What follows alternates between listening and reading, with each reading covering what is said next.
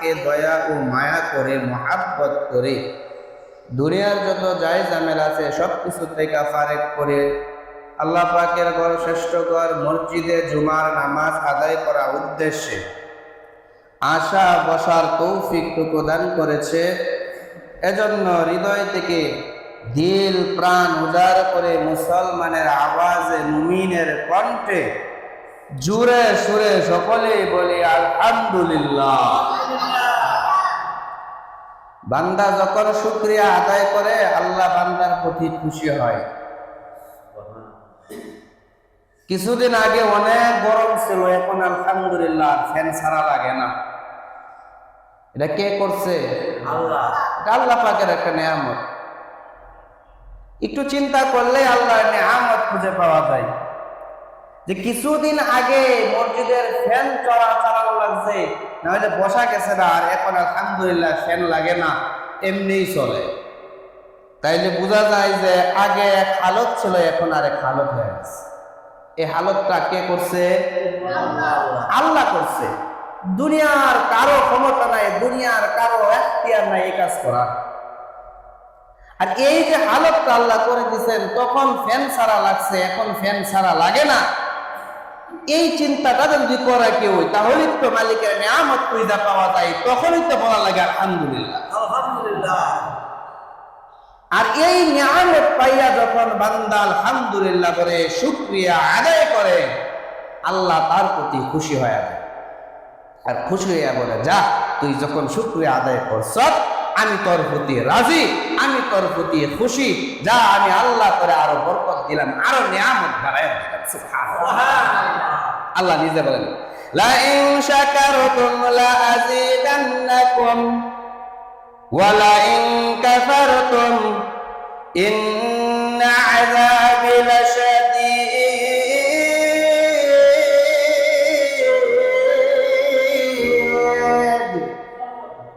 আল্লাহ বলতেছেন, আমার নিয়ামত যখন পাইয়া নিয়ামতের শুকরিয়া বান্দা আদায় করো, আমি আল্লাহ তৎক্ষণিক সাথে সাথে তোমার উপর নিয়ামত বাড়ায় দিতে থাকি। আর যদি শুকরিয়া আদায় না করো, তাহলে আমি আল্লাহ আযাব আর গজব দিয়া তোমারে বেষ্টন করে ফেলি। জন্য আল্লাহ বলেন, ইন্না আযাবি লাশাদীদ, নিশ্চয় আযাব, নিশ্চয়, ইন্না নিশ্চয় তোমার উপর আযাব আসবে যদি নাফরমান হও, না শুকরগুজার বান্দা হও। আল্লাহ শুকরিয়া আদায় করি, আল্লাহ পাক আমাদেরকে গরমের সিজন ছাইরা আবার শীতের এক মৌসুমে আমরা ঢুকতে পারছি, এটাও আল্লাহ পাকের একটা নিয়ামত, ঠিক না? হ্যাঁ, তাহলে আমরা আল্লাহ শুকরিয়া আদায় করি যে আল্লাহ আমাদেরকে শীতের মৌসুম পর্যন্ত হায়াত দিয়া দিয়েছেন। আমরা আলোচনা করেছিলাম গত জুমায় যে আল্লাহ আমাদেরকে সৃষ্টি করছেন, মানুষ বানাইছেন, মানুষকে আল্লাহ আত্মা দিয়া প্রকৃত মানুষ করছেন। এজন্য আত্মা আমাদের দুর্বল হয়, আত্মা রোগী হয়, আর আত্মাকে পবিত্র করা লাগে, আত্মাকে সজাগ করা লাগে, আত্মাকে শক্তিশালী করা লাগে। আর এজন্য বলছিলাম, প্রথম আত্মার খোরাক, প্রথম আত্মার অ্যান্টিবায়োটিক হলো নামাজ। নামাজের পর আত্মাকে দেওয়া লাগে জিকির। কি দেওয়া লাগবে? আত্মাকে জিকির দিতে হবে। আত্মা দুর্বল হয়, আত্মা যখন রোগী হয়, আত্মা যখন আর দেহকে তার শক্তি দ্বারা রাখতে না পারে, তখন ওই আত্মাকে নামাজ দেওয়া লাগে, আত্মাকে জিকির দেওয়া লাগে। আর জিকির এমন এক দামি দৌলত, জিকির এমন দামি এক মজবুত আমল, আল্লাহ নিজে আদেশ করতেছেন, তোমার আত্মাকে পবিত্র করার জন্য তুমি জিকির করো। ও ইমানদার, তোমার আত্মাকে পবিত্র করার জন্য তুমি জিকির করো, তোমার কলবকে পরিষ্কার করার জন্য তুমি জিকির করো। গুনার ময়লা তোমার দিলের মধ্যে লাগছে, গুনার ময়লা তোমার কলবে লাগছে, এই গুনার কারণে, এই গুনার ময়লার কারণে তোমার কলব আন্ধার হয়ে গেছে, আধার হয়ে গেছে, আলো নাই, একদম জং বেড়ে ফেলাইছে। এই জং দ্বারা কলবটাকে পরিষ্কার করা, জিকিরের আমল জারি করা, জিকির করবা তো ওই জংগুলো একে একে ছুটে যাবে, তোমার আত্মা শক্তিশালী হবে, তোমার কলব পরিষ্কার হয়ে যাবে।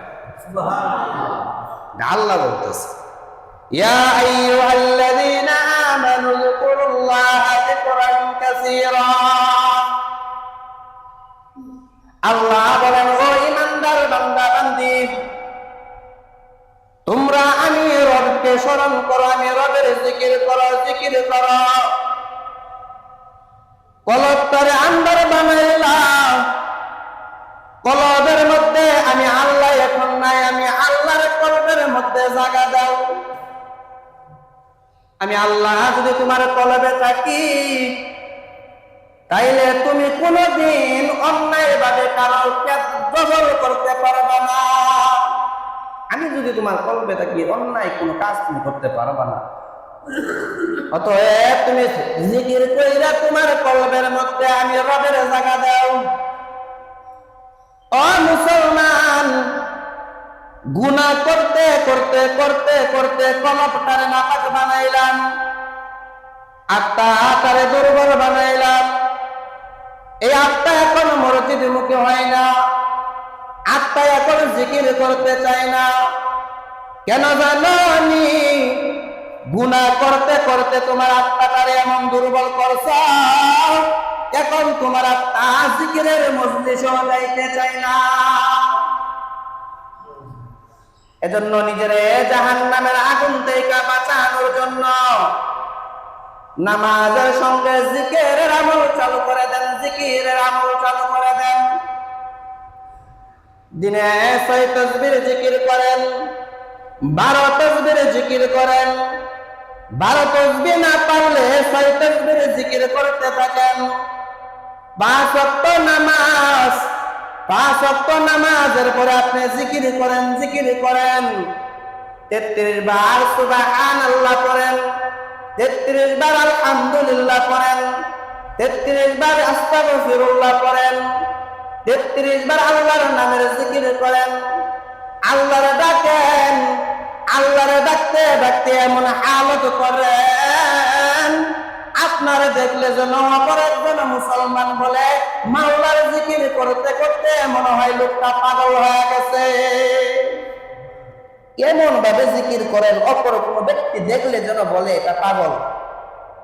কেন? আত্মাকে পবিত্র করতে হবে। ও মুসলমান, ও যুবক ভাই, ও সাদা দাড়িওয়ালা মুরব্বীরা হৃদয়ের কান লাগায় শুনিয়ে নেন। আত্মাকে পবিত্র করার জন্য জিকিরে লাগবে, জিকিরে লাগবে, জিকির। জিকির দ্বারা মুসলমান ইমানদার যে গুনাহ করে গুনাহ থেকে বাঁচে, যে অন্যায় করে অন্যায় থেকে বাঁচে, যে নেশা করে নেশার থেকে বাঁচে, যে গুনার দিকে দৌড়ায় ওই বান্দা গুনার থেকে বাইচা যায়। কারণ বান্দা জিকিরের আমল চালু করলো, আল্লাহ জিকিরের মাধ্যমে তার কলবটারে পরিষ্কার বানায় ফেলাইছে। ওই পরিষ্কার পবিত্র কলবের মধ্যে আল্লাহ স্বয়ং হাজির হয়ে যায়। আল্লাহ যখন তার কলবের মধ্যে থাকে তখন সে আর গুনাহ করতে পারে না। কেমনে করবে? আল্লাহ তার কলবের ভিতর। একজন সন্তান তার মা তার বাবার সামনে গুনাহ করে না? না করে? করে? সন্তান বাপ মার সামনে গুনাহ করে না? বিড়ি দিছে ধরা, মোবাইলে গুনাহ করে, মোবাইলে খারাপ ছবি দেখে বাপ মারে লয়ে দেখে।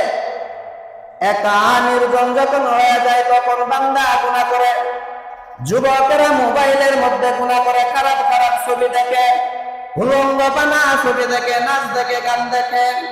নিজেরা বাবারে দেখলে মোবাইলটা বন্ধ করে ফেলে, নিজেরা মারে দেখলে মোবাইল বন্ধ করে ফেলে, ইমাম সাহেবরে দেখলে মোবাইল বন্ধ করে ফেলে, কোন সম্মানী ব্যক্তি দেখলে মোবাইল বন্ধ করে ফেলে।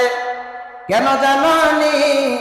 ওই ব্যক্তির একটা ভয় আছে দিলের মধ্যে, মার একটা ভয়, বাবার একটা ভয়। তোমার কলবের মধ্যে যদি আল্লাহর জায়গা দাও, তুমি যখন গুনাহ করার জন্য মোবাইল খুলবা, বান্দা তুমি যখন নেগেটিভ খারাপ ছবি দেখার জন্য অগ্রসর হইবা, তুমি যখন গুনার দিকে দৌড় দিবা, তখন তোমার দিলের মধ্যে বাড়ি মারবে, তোমার কলবের মধ্যে আল্লাহ আল্লাহ যে কলবে আছে সেই কলব কিভাবে গুনার কাজ করবে, এই চিন্তার ভিতরে ফিরকিনি শুরু হয়। তখন তুমি আর গুনাহ করতে পারো না। এজন্য জিকির দ্বারা পবিত্র করা লাগবে, কলব আত্মারে পবিত্র করা লাগবে, কলবের পবিত্র করা লাগবে। লাগবে কি লাগবে? জিকির লাগবে, জিকির লাগবে। জিকির, জিকিরের মাধ্যমে কেমন ভাবে মানুষ পবিত্র হয়, কেমন ভাবে ভালো হয় জানি? আল্লাহর একজন ওলি ছিল আশরাফ আলী থানভী, যার নাম মুজাদ্দিদে মিল্লাত শাহ আশরাফ আলী থানভী। এত বড় একজন বুজুর্গ, এত বড় একজন আল্লাহওয়ালা। আশরাফ আলী থানভীর কাছে একজন যুবক মদখোর যে মদ পান করত, ওই মদখোর আশরাফ আলী থানভীর কাছে যায় বায়াত গ্রহণ করে মুরিদ হয়। ডাক দিয়া বলে, ও হুজুর, আমি একজন নেশাখোর, আমি মদ পান করি, আমি গাঁজা খাই, বিড়ি খাই, সিগারেট খাই। আমি শুনছি আপনি বড় বড় একজন আল্লাহওয়ালা, বড় একজন আলেম। আমি আপনার কাছে বায়াত হইতে চাই, মুরিদ হইতে চাই। আপনি আমার মতন মদখোরে মুরিদ করবেন নি? আল্লাহর ওলি আশরাফ আলী থানভী ডাক দিয়া বলে, যুবক, আমি তোমারে মুরিদ করব, আমার কাছে মুরিদ হও।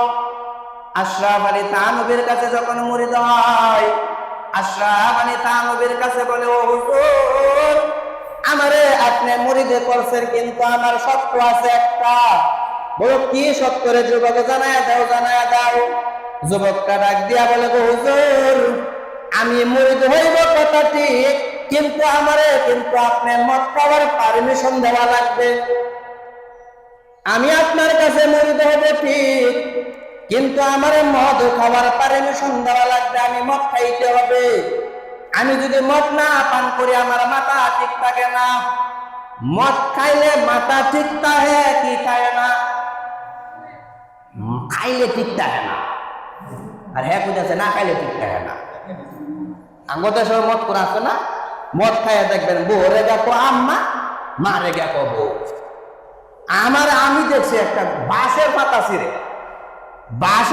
ছিঁড়ে আমার কাছে, হুজুর তাড়াতাড়ি তাড়াতাড়ি ঢুলা, মাছ সব বেঁচেছে গা। তুই তো বাঁশের পাতা ছিঁড়তেছ, মাছ ফেলি তুই। পরে বুঝলাম খাই আইছি যে মাথা তার তো সব ছিঁড়ে গেছে গা। বাঁশের পাতা ছিঁড়ে আর কি মাছ রেখেছে। কত বড় পাগল হয়েছে। এই যুবক বুঝতেছে আমারও কিন্তু মদ খাওয়ার পারমিশন দিল্লা, গোটাইলে মাথা ঠিক থাকে না। বুঝছে হ্যাঁ মদ বালা ধরনের মদ কর। জানি না সমাজ আছে কিনা মদ করু, থাকলে আবার হ্যাঁ আবার কোথায় টার্গেট করে কইতেছি কিনা। আমি কিন্তু আশরাফ আলী থানভীর কথা বলতেছি। তো আশরাফ আলী থানভী বলতে, ঠিক আছে দাও, তুমি মদ খাইও, কিন্তু জিকিরের মজলিসে মদ খাইবা না। যে জায়গায় জিকিরের আওয়াজ হয়, যে জায়গায় আল্লাহর জিকির করে সাবধান, ওই জায়গায় তুমি মদ পান করবা না। কোথায় এটা ঠিক থাকবো? যুবক ঠিক আছে, যদি মদ পান করার অনুমতি আছে, জিকিরের মজলিসে যদি মদ না খাই তাইলে একটু চলে, তাহলে আমি জিকিরের মজলিসে নাই গেলাম, আউলে খাইলাম, অসুবিধা। এই চিন্তা ভাবনা করে কইতাছে আমি রে মদ খাওয়ার পারমিশন দেয়, তাহলে আমি মুরিদ হইয়াম। আল্লাহ আশরাফ আলী থানভী বলেন, যাও তুমি মদ পান করবা, তারপর মুরিদ হয়ে যাও। যুবকরা আশরাফ আলী থানভীর কাছে মুরিদ হইলেন, বায়াত গ্রহণ করলেন। মুরিদ হইয়া বাড়ির দিকে রওনা হয়ে গেছে। বাড়িতে যাইয়া বিবিরে ডাকে দিয়া বলে, বিবি আমার, মদের বোতলটা কই তাড়াতাড়ি আনো, মদ খাওয়া লাগবো, সারাদিন কিন্তু খাইছি না। বিবি সাহেব কোয়া গেছে শুনছিলাম আশরাফ আলী থানভীর কাছে, বালা একজন বুজুর্গ, বালা একজন ওলি, উনার কাছে মুরিদ হইছে, আয়াসা মদের বোতল। কি যাইতা ফির সাথে কারণ ফিরগিরি লইয়া মুরিদ ঠিক করতালো না। আমাদের এমন কিছু ফির সাহেব আছে না, নিজে অগান দেখা, মুরিদ অগান দেখা, নিজে অমৎকা, মুরিদ অমৎকা, নিজেও বেডির ভিজে দেবা, মুরিদও বেডির ভিজে দেবা। এদের ফির আছে না, সমাজে আছে না? বন্ধ কি বন্ধ কি বন্ধ, এদের ফির আছে। মহিলা কইতাছে ফির তো বালা আশরাফ আলী থানভী যেই সেই ফির বড় একজন আলেম উনার কাছে বায়াত গ্রহণ করছে মুরিদ হইছে মদ খাওয়া ছাড়লো না এক মদের বদল দিতাম এমন বুজুর্গ ছিল এমন বড় আল্লাহওয়ালা এমন আকাবির ছিল যারা তাদের সহবত দ্বারা যে মহল্লায় থাকতেন ওই মহল্লা পর্যন্ত পবিত্র হইতো মহল্লা আলোকিত হয়ে যাইতো ওই রকম একজন বুজুর্গ ছিল আশরাফ আলী থানভী তার পীরে দিয়ে মুড়ি মদ খা যেমন মুজাদ্দেদ আল ফেসানি বড় একজন আল্লাহওয়ালা ছিলেন উনার মহল্লায় এক আল্লাহর ওলি গেছেন দেখে ওই মহল্লার মধ্যে কিছু যুবকেরা খেলা করতেছে যুবকরা তো খেলা করতেই পারে স্বাভাবিক যুবকরা খেলা করতেছে আল্লাহর ওলি দেখতেছেন যুবকরা খেলা করে এই সময় মাগরিবের আযান হয়ে গেছে মসজিদ থেকে মুয়াজ্জিন ডাক দেয় হাইয়া আলাস সালাহ হাইয়া আলাল ফালাহ মসজিদের দিকে আসো নামাজ কায়েম করো এই কথাটা করার সঙ্গে সঙ্গে ওই মাঠের যুবকগুলো দৌড় দিয়া মসজিদের মধ্যে প্রবেশ করলেন মাগরিবের নামাজ আদায় করলেন মুজাদ্দেদ আল ফেসানি রাহমাতুল্লাহি আলাইহি দেখলেন যুবকগুলো ওযু করলেন না নামাজ আদায় করে ফেললেন আল্লাহর ওলি কৌতূহল দেখলো যুবকগুলো ওযু ছাড়া নামাজ পড়ছে মনে হয় যুবকদেরকে প্রশ্ন করে বলে ও যুবক ওযু ছাড়া তুমি কি নামাজ আদায় করছো নি ডাক দিয়া বলে ও আল্লাহর ওলি ও বড় হুজুর জানি না আপনি কোন জায়গা থেকে আইছেন আপনি জানেননি আমরা কার এলাকার লোক আমরা হইলাম মুজাদ্দেদ আল ফেসানি এলাকার লোক আমাদের বুজুর্গ আমাদের মুরব্বি মুজাদ্দেদ আল ফেসানি আমরা তার এলাকায় বসবাস করি আমরা যখন খেলাধুলা করি খেলাধুলার আগে আমরা ওযু কইরা খেলার মাঠে গেছি সুবহানাল্লাহ ওযু কইরা খেলার মাঠে গেছি আর আমাদের যুবকদেরকে যদি দড়ি নামাজ হয় তা হুজুর ফ্যান ঠিক নেই হুজুর বেজাল আছে হুজুর সমস্যা আছে শরীর ভাগ নাই নাফাক অবস্থায় আছি ওই তুমি যে নাফাক অবস্থায় এখন আছো আজরাইল যে থাপ্পুটা ফালায় জায়গার মধ্যে কি অবস্থায় মারা গেছো তুমি হ্যাঁ নাফাক হালতে তুমি মারা গেছো আপনি শরীরটা পাক রাখবেন শরীর পবিত্র রাখা ফরজ হার হালত শরীর পবিত্র রাখবেন কেন আপনি প্রস্রাব কইরা ঢিলা ইউজ করে ফালদা উঠতে পারতেছেন কেয়া শরীরটা পাক রাখেন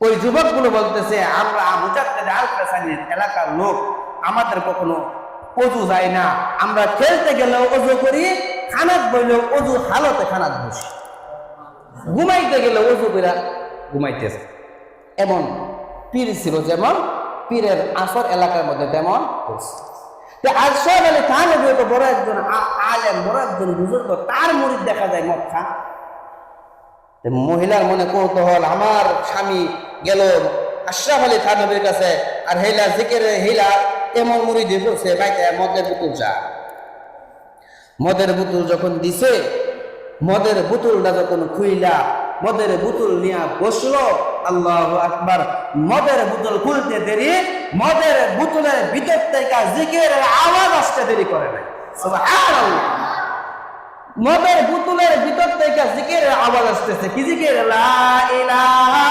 ইল্লাল্লাহ লা ইলাহা ইল্লাল্লাহ লা ইলাহা ইল্লাল্লাহ জিকিরের আওয়াজগুলো মদের বোতলের ভিতর থেকে আসতেছে মদ পুরো মনে মনে লাগতেছে হয়তো আমি আশরাফ আলী থানভীর কাছে গেছিলাম ওইটার আসর আমার কানের মধ্যে শব্দ হয় ওইটার একটা ধ্যান রয়ে গেছে এজন্য মদের বোতল থেকে আমি জিকিরের আওয়াজ পাই বিবি সাহেবকে বলে ও বিবি সাহেব আরেকটা মদের বোতল আমার দাও আরেকটা মদের বোতল হাতে নেয় মুখটা যখন খুলে থাকে জিকিরের আওয়াজ পাওয়া যায় আর ওই যুবকটা ওই মদকুটটা মনে মনে চিন্তা করলো হয়তো শরীরটা নাপাক অবস্থায় এজন্য মাথা মনে হয় আইলা গেছে এজন্য আমি জিকিরের আওয়াজ পাই আগে গোসল করে ভাই গোসলের পরে মদ নিয়ে বই বলেন তো গোসল করলে পাপ হয় না না পাপ হয় পাক হয়। যুবকটা যখন গোসল করলো, গোসল করে পাক পবিত্র হইয়া মদের বোতলটা হাতে লইয়া মদের বোতল খুলে আরো বেশি এরকমের জিকিরের আওয়াজ পায়, জিকিরের আওয়াজ পায়। এমনি মনে মনে চিন্তা করে, আশরাফ আলী থানভী আমার পীর আমার বইলা দিছিল, যেখানে জিকিরের আওয়াজ পাইবা ওই জায়গায় সাবধানে মদ পান করবা না, মদ পান করতে পারবা না। এখন তো জিকিরের আওয়াজ পাই, আমি কিভাবে মদ পান করি? বান্দাটা মদ পান করে না, মদ পান করলো না। আবার আশরাফ আলী থানভীর কাছে দাঁড়িয়ে বলে, ওগো আল্লাহর ওয়ালি, আপনার কাছে আমি মুরিদ হওয়ার পর আপনি বলছেন জিকিরের আওয়াজ যেটাই হয় ওই জায়গায় যে আমি মদ না পান করি। আমি যখন বাড়িতে যাই, বাড়িতে যাইয়া মদের বোতল খোলার পর জিকিরের আওয়াজ পাই, জিকিরের আওয়াজ পাই। আমি তো মদ পান করতে পারি না জিকিরের আওয়াজের কারণে। আশরাফ আলী থানভী বলেন, যুবক তুমি বলছো তুমি মদ পান করবা, আমি বলছি জিকিরের আওয়াজের সময় মদ পান করবা না। এখন তুমি বাবু তুমি কি করবা? যুবকটা আল্লাহর ওলিরে ডাক দিয়ে কয়, আল্লাহর ওলি গো, আমি আপনার হাতে হাত রেখে তওবা করলাম, বাকি জিন্দেগিতে আমি কোনোদিন মদ পান করব না। এজন্য জিকিরের মাধ্যমে বান্দার দিল পবিত্র হয়ে যায়, আত্মা পবিত্র হয়ে যায়। আপনি জিকির করেন, আপনার আত্মা পবিত্র হয়ে যাবে। আত্মা পবিত্র হয়ে গেলে আল্লাহ পাওয়া যাবেন, আল্লাহ পাইলে সব পায়া পালাইছেন। আপনি জিকির করেন, খেতে কাজ করেন জিকির করেন, ঘুমাইতেছেন জিকির করেন, হাঁটতেছেন জিকির করেন, বৈশা রয়েছেন জিকির করেন, নামাজের পরে আপনি তাসবিহ করতে থাকেন, জিকির করতে থাকেন, আল্লাহর স্মরণ করতে থাকেন। আল্লাহ যত বেশি স্মরণ করবেন, আল্লাহ আপনার গুনাহ তত বেশি মাফ করবে। আযকুরুনি আযকুরুকুম ওয়াশকুরুলি ওয়ালা তাকফুরুন। আল্লাহ বলেন, আমাকে তুমি স্মরণ করো, আমিও তোমারে স্মরণ করব। আমি তোমারে কেমনে স্মরণ করব জানো নি? তুমি যখন আমারে আল্লাহ কইয়া ডাক দাও, একটা আল্লাহ ডাক দেওয়ার বিনিময় আমি আল্লাহ তোমার 10টা গুনাহ মাফ করে দেই। এজন্য বেশি থেকে বেশি আল্লাহর জিকির করা লাগে, আত্মা পবিত্র বানানোর জন্য, কলবটাকে পবিত্র বানানোর জন্য। বান্দা তুমি জিকির করতে থাকো, জিকিরের মাধ্যমে তুমি গুনাহ থেকে বাঁচবা, জিকিরের মাধ্যমে তুমি মসজিদে মুখী হয়ে যাইবা, জিকিরের মাধ্যমে তুমি একদিন আল্লাহ ওয়ালা হইবা, জিকিরের মাধ্যমে তুমি একদিন ভালো হয়ে যাইবা। এজন্য দেখবেন যত খানকাওয়ালারা আছে, যত পীর মাশায়েখ আছে, তারা প্রত্যেকটা খানকার মধ্যে জিকিরের গুরুত্বটা বেশি দিয়া দেয়। প্রত্যেকটা খানকার যায় দেখেন খালি জিকির আর জিকির, জিকির আর জিকির, জিকির তাই না? আমাদের নিগোয়ারি শায়েখ বড় একজন আলেম শাইখুল হাদিস আল্লামা ইমদাদুল্লাহ শাহ ছিলেন, ছিলেন না? হযরত প্রত্যেক মাসে ইসলামী মজলিস করে, ইসলামের মধ্যে জিকিরের মজলিস করে, মানুষকে জিকিরের তালিম দেয়। কেন? আর রুহানি খুরাক দেয়, আত্মা পবিত্র হওয়ার জন্য দেয়। ফাকুন্দা আছে মুহাম্মদ আলী শাহ, মুফতি মুহাম্মদ আলী, কেমন চান? আমি গেছি ওনার খানকায়, হুজুরের সাথে কয়েকবার সাক্ষাৎ হয়েছে।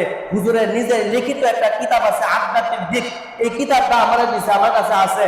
যে হুজুরে নিজে দিছে, কারণ হুজুরের সর্বপ্রথম টার্গেট মানুষদেরকে জিকিরের তালিম দেওয়া, জিকির বেশি করার কারণ। কেন? জিকির যত বেশি করবে তার আত্মা পবিত্র হবে, কলব পরিষ্কার হবে, আর সে আল্লাহর একদিন বুঝিয়া পাইব। কিন্তু আমাদের হালত, আমাদের কিছু কিছু খানকা, আমাদের কিছু কিছু হুজুর, আমাদের কিছু কিছু পীর সাহেবরা এই জায়গার জিকির করে, এইটা দ্বারা মানুষের হেদায়েত হওয়ার কথা না, বরং মানুষ আর গুনার দিকে যাইব। কোন দিকে যাইব? গুনার দিকে যাইব। হ্যাঁ, কি আইটেমের জিকির, কি যে জিকির করে, বসেন বসেন বৈশা যা, পাইছেন আপনারা এগুলো? হ্যাঁ, এটি একটা জিকির আছে না? একটা জিকির কত সিস্টেমের জিকির। একটা জিকির আপনারা রাগ করেন না, কারণ বুঝাইতে গেলে বলা লাগে। একটা জিকির সারা পৃথিবী জুড়ে ভাইরাল। একজন হুজুরের জিকির করছে, কেরা? একজন হুজুরে কি একটা জিকির, কি একটা তালে জিকির করছে। আমি আপনার করে শোনাই, আপনারা রাগ করেন, আসলে রেন বলা মাকসাদ না, বুঝানোর জন্য বলতেছি। এটা সবাই জানেন, আমি কইলে বিজ্ঞান। একজন হুজুরে কি করছে? একটা জিকির করছে। কেবা? হ্যাঁ, বলতেছে কি? মুর্শিদ আমার হুজুর সাকি মহিমা জানে, প্রেমের মালা লাগাইয়া ধীরে ধীরে টানে জিকির করবে কানার ঘরে কানা হিম্মে জিকির করবে সব। এটা পাইছেন, এটা দেখছেন আপনারা? যারা দেখছেন, আমরা দেখবেন, আমরা মোবাইল চালিয়ে দেখতেন, প্রত্যেকটা জায়গার মধ্যে এই জিকির চলতেছে। মুর্শিদ আমার হুজুর ঈশা কি মহিমা জানে, প্রেমের রশি গলায় বাঁধা ধীরে ধীরে টানে। এটা কোন কিতাবে পাইছ? এটা কোন কিতাবে পাইছ? বন্ডামের একটা জায়গা থাকে, বন্ডামের একটা লিমিট থাকে। এটা বন্ডামি। এই যে বন্ডামি, যে জায়গায় দেখবেন জিকিরের নামে ফাইজলামি করে, জিকিরের নামে বন্ডামি করে, জিকিরের নামে নষ্টামি করে, জিকিরের খানটা বসে নারীদেরকে নিয়ে কেলেঙ্কারি করে, জিকিরের নাম দিয়া হুজুরের পরিচয় দেয়, বন্ডামি করতে যায়, হুজুরের পরিচয় দেয়। এই যে বন্ড আলেম, বন্ড ফির যদি সামনে পান, জুতাটা আগে মেরে নেবেন, আগে জুতা লাগাইবেন। তোর মতো বন্ডর জন্য জুতাই যথেষ্ট। তুই হিম্মে হিম্মে জিকির কই পাইছ? এই তুই হিম্মে হিম্মে জিকির কই পাইছ রে? হ্যাঁ, সারা জীবন শুনছি লা ইলাহা ইল্লাল্লাহ কত সুন্দর জিকির, সুবহানাল্লাহ কত সুন্দর জিকির, আলহামদুলিল্লাহ কত সুন্দর জিকির, আস্তাগফিরুল্লাহ পর। এটা না হয়ে তো হিম্মে হিম্মে শুরু করছিস কেন? এমনি যুবকদেরকে আনা যায় না হেদায়েতের দিকে, আর তুই এলে যে হিম্মে হিম্মে দিছ, তুই এন্দা এই হিম্মে হিম্মে জিকির কর, লগে আরো সব ফুলাপান নাচানাচি করে। তাহলে কোন চেয়ে এটা জিকির হইছে না নাচানাচি? নাচানাচির মঞ্চ বানাইছে। এই যে জিকির ওয়ালা বন্ধ যদি কখনো সামনে পড়ে, আগে কি লইবেন? আগে জুতা লইবেন। এই যে ফির, এই যে বন্ধ আমাদের আনাচে কানাচে অনেক আছে, জানি না মুরিদ থাকলে হয়তো তার কলজাত লাগতে হয়। আমি কলজাত লাগুক, শৈল্য লাগুক, গুহ লাগুক, এটা আমি দেখে টাইম নাই। আমার হক কথা যেটা, যে বন্ধ তাকে বন্ধে বলতে হবে, যে বদমাস তাকে বদমাসে বলতে হবে, যে চোর তাকে চোরে বলতে হবে, যে লম্পট তাকে লম্পটে বলতে হবে, হালালকে হালাল বলতে হবে, হারামকে হারাম বলতে হবে, জায়েজকে জায়েজে বলতে হবে, নাজায়েজকে নাজায়েজে বলতে হবে, যে বেদাতি বেদাতিকে বেদাতি বলতে হবে, যে হকপন্থী তাকে হকপন্থী বলতে হবে। এতে তুমি কষ্ট পাওয়ার, নারাজ হওয়ার, বেজার হওয়া, এটা আমার কাছে আই যায়। চাকরির পূজা আমি করি না, চাকরি গেলে দেয় বাবা, রিজিক যতদিন আছে থাকবে।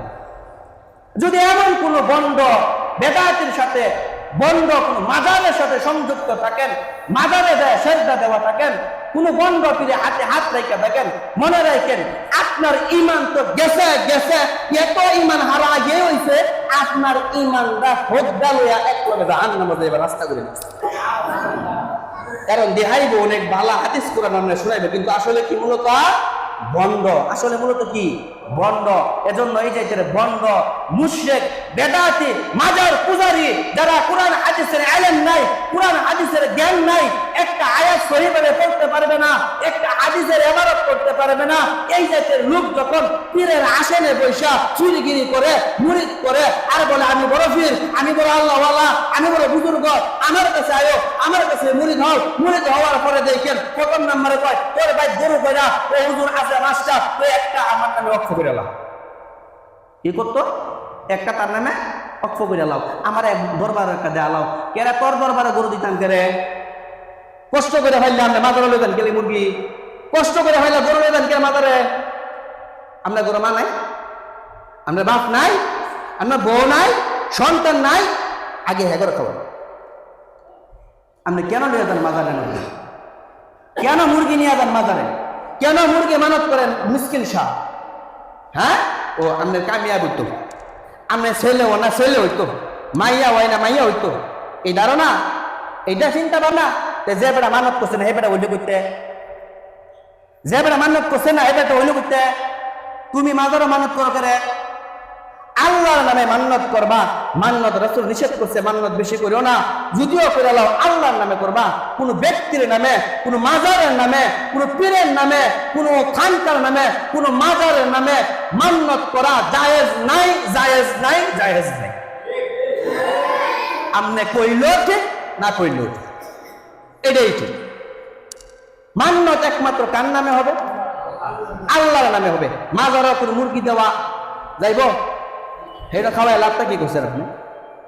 মাজারওয়ালারা খাওয়াই আপনি লাভ কি করছেন? লাভ হয়েছে? কোনো লাভ হয় নাই, কোনো ফায়দা হয় নাই, বরঞ্চ গুনাহ কাম করছেন, বরঞ্চ শিরকে করছেন, বরঞ্চ আল্লাহর বিরুদ্ধে গেছেন। বুজুর্গরা কি করছে? সন্তান যদিও লাগছে, কার কাছে চাইছে? ইব্রাহিম আলাইহিস সালাম আল্লাহর কাছে দোয়া করে সন্তান হয়েছে, রব্বি হাবলি মিনাস সালিহিন, আল্লাহ আপনি আমার একটা নেক সন্তান দান করেন। কোন ব্যক্তির কাছে দয়া বলে নাই, কোন মাজারে দয়া বলে নাই, কোন নবীর কাছে দয়া বলে নাই, কোন আলেমের কাছে দয়া বলে নাই, আমার একটা সন্তান দান করেন। সন্তান দেওয়ার মালিক কে? সন্তান দিবেন আল্লাহ। তাহলে তুমি মাজারে কেন যাও, পীরের কাছে কেন চাও, কেন দয়া বলো? হুজুর আপনার নামে মানত করছি, মাজারও মানত করছি, শাহজালাল মানত করছি, শাহ মাখদুম মানত করছি, গোলাপ শাহ মানত করছি, আটরশি মানত করছি, ফরিদপুর মানত করছি। এই জায়গার আলামত কেন করো? মিসকিন চা কেন তুমি মুরগি নিয়ে যাও? কি ফায়দা আছে আমারে তুমি একটু বুঝাই লাও। জীবনে নিলাম না, এটা কি হয়েছে? আর মতের আগ পর্যন্ত মিসকিন চা কিছু লয়ে যাইতাম না, দেখে আমার কিছু হয়নি। আর আপনি যদি দোয়া করে দেন যে হুজুর মরে লাগতা মরে দেন, মরিনি আমরা দোয়া, এগুলো হুদা মিথ্যা কথা। শুধু শুধু মানুষকে ভয় দেখায় দেখায় মানুষের কাছ থেকে কিছু আত্মসাৎ করার দান্দা। মূলত একটা কথা মনে রাখবেন, কোন মাজারে কোনোদিন কোনো মান্নত করবেন না, মাজারের মধ্যে কোনো জিনিস দিবেন না, মাজার ওয়ালার মধ্যে গিয়ে সেজদা দিবেন না, পীর সাহেব কি বলে অন্ধ বিশ্বাসী হইবেন না। দেখবেন হক্কানে আলেম বুজুর্গ দেইকা, হক্কানে আলেম দেইকা, যার কাছে গেলে আত্মা পবিত্র হবে, আত্মাকে শক্তি দেওয়া যাবে, আত্মার খুরাক দেওয়া যাবে, রুহানি খুরাক পাওয়া যাবে, জিকির পাওয়া যাবে, নামাজ পাওয়া যাবে, তালিম পাওয়া যাবে। এইরকম একজন আল্লাহ ওয়ালা বুজুর্গের কাছে যাইয়া নিজেকে আত্মসমর্পণ করবেন, তাহলে আল্লাহ রহমতে আপনি সঠিক পথ, সঠিক রাস্তা আপনি খুঁজা পাইবেন। কিন্তু যদি এলোমেলো জায়গা দেন তাহলে ইমান নষ্ট হইতে পারে। আল্লাহ আমাদেরকে ওই সমস্ত বন্ড বেদাতি মুনাফিক মুশরিকের হাত থেকে আমাদের ইমান ও আমলকে যেন আমরা হেফাজত করতে পারি। জুড়ে করে আমিন। আল্লাহ তৌফিক দান করুক। যারা যারা সুন্নাত করেন নাই সুন্নাত করে নেন।